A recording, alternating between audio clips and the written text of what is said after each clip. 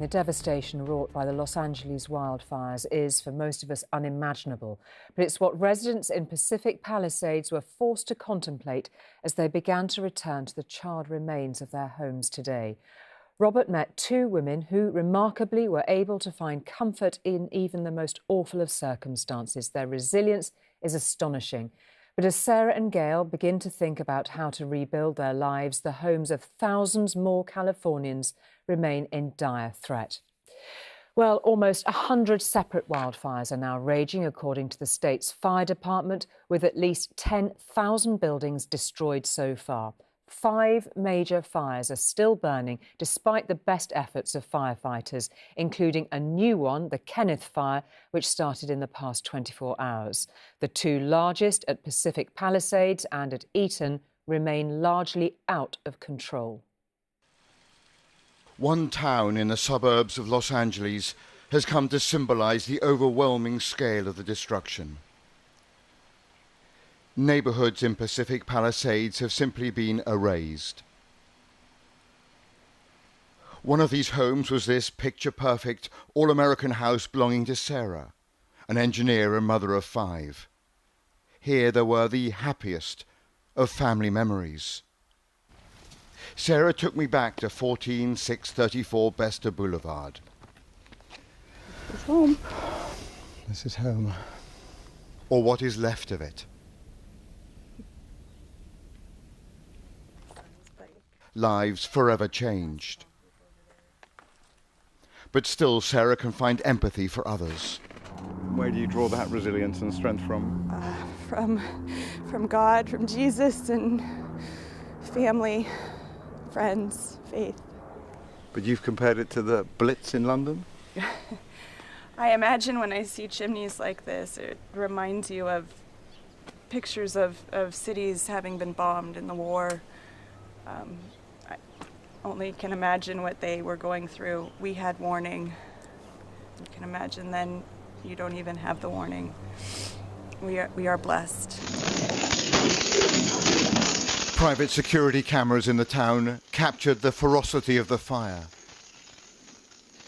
revealing how fencing was the fuel as the flames consumed street after street.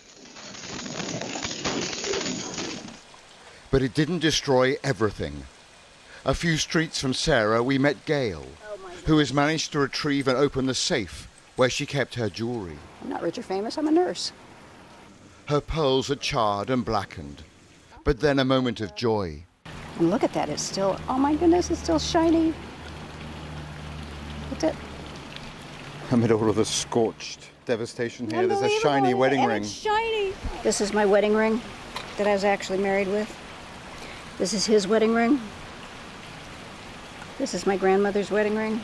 Gail, how much does it mean to you that you've managed to recover this? I'm thrilled. I'm thrilled that I have something that's left. I have no photos. The photos got burned.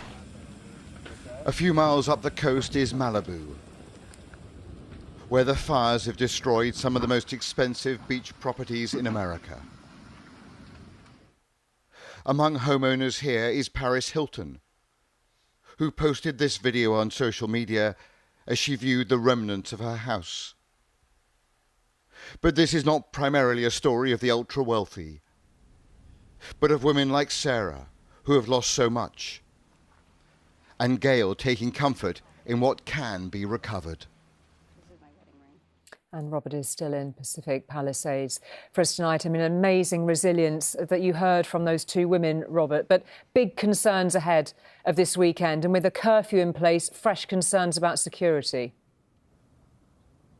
That is certainly true, Julie. There is mounting concern. Now the shock has begun to subside. There's real concern about looting, not least because these are ultra-affluent neighbourhoods. As you saw in my report, people left here, they fled with such speed and urgency. They left some of their most prized possessions, some of their most valuable items behind, so that it could well be a magnet for the criminal fraternity and criminal elements. The officials are aware of this. They've put in this 12-hour curfew from 6 p.m. to 6 a.m. They've got National Guard on the street as well, so they're trying to do what they can.